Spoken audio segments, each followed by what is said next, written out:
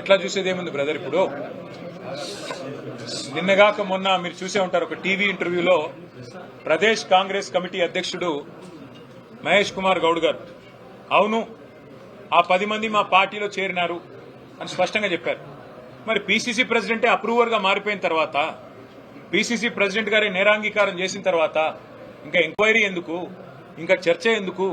ఆ 10 మంది మీద వేటేయడానికి స్పీకర్ గారికి మొహమాటం ఎందుకని మేము అడుగుతా ఉన్నాం. ఆల్రెడీ సుప్రీంకోర్టులో మ్యాటర్ ఉంది.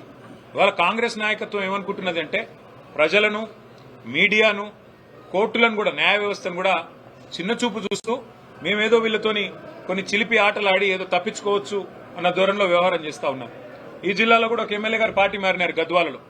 మరి వారు ఏ పార్టీలో ఉన్నారంటే చాలా విచిత్రమైన పరిస్థితి ఈరోజు. ఎట్లా ఉందంటే ఇవాళ జీవితం అంతా రాజకీయం చేసిన పెద్దలు 2 సార్లు 3 సార్లు 4 సార్లు గెలిచిన వాళ్ళు, మంత్రులుగా పనిచేసిన వాళ్ళు ఏ పార్టీలో ఉన్నారు అని మీడియా వాళ్ళు అడిగితే చెప్పుకోలేని ఒక దురవస్థలో ఉన్నారు. కానీ నేరాంగీకారం అప్రూవర్ గా పీసీసీ ప్రెసిడెంట్ గారు మారినారు. అట్లాగే కడియం శ్రీహర్ గారు కూడా నేను కాంగ్రెస్ లో చేరాను అని స్పష్టంగా చెప్పారు. ఇవన్నీ ఆన్ రికార్డు మీడియాతోనే చెప్పారు. కాబట్టి ఇంకా ఇందులో చర్చించడానికి కానీ, తర్కించడానికి కానీ, పరిశోధించడానికి కానీ ఏమీ లేదు.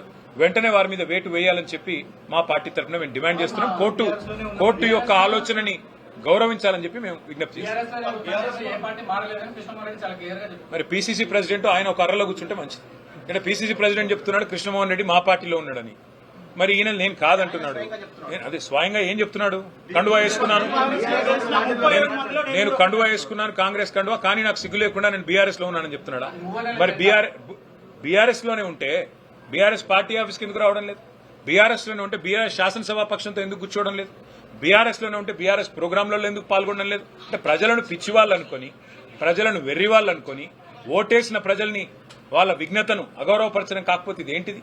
ఇంకోటి, ఎక్కడ చూసినా ఇవాళ మంత్రుల ప్రోగ్రాంలో నిన్న బూతులు తిడుతుంటే జూపల్లి కృష్ణారావు గారు, పొంగులేటి శ్రీనివాసరెడ్డి గారు టీఆర్ఎస్ ని, కేసీఆర్ గారిని బూతులు తిడుతుంటే అదే వేదిక మీద పల్లికిలించుకుంటూ కూర్చున్నది ఎవరు? మా బీఆర్ఎస్ ఎమ్మెల్యే కృష్ణమోహన్ రెడ్డి, కాంగ్రెస్ లో చేరిన కృష్ణమోహన్ రెడ్డి. నేను అదే అంటున్నా, వీళ్ళ దురవస్థ ఎట్లా ఉందంటే 2 లింగాలు ఉంటాయి అవసరమైతే, ముఖ్యమంత్రి గారి భాషలో చెప్పాలంటే.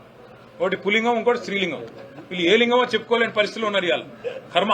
కాబట్టి ఇట్లాంటి వాళ్ళని ఎన్నుకున్న ప్రజలు బాధపడే పరిస్థితి, ఇట్లాంటి వాళ్లకు ఓటేసి గెలిపించినందుకు కార్యకర్తలుగా మా కార్యకర్తలు బాధపడే పరిస్థితి. అయినప్పటికీ అత్యున్నత న్యాయస్థానం ఇప్పటికే చెప్పింది స్పీకర్ గారికి, మీరు వెంటనే నిర్ణయం తీసుకోవాలని.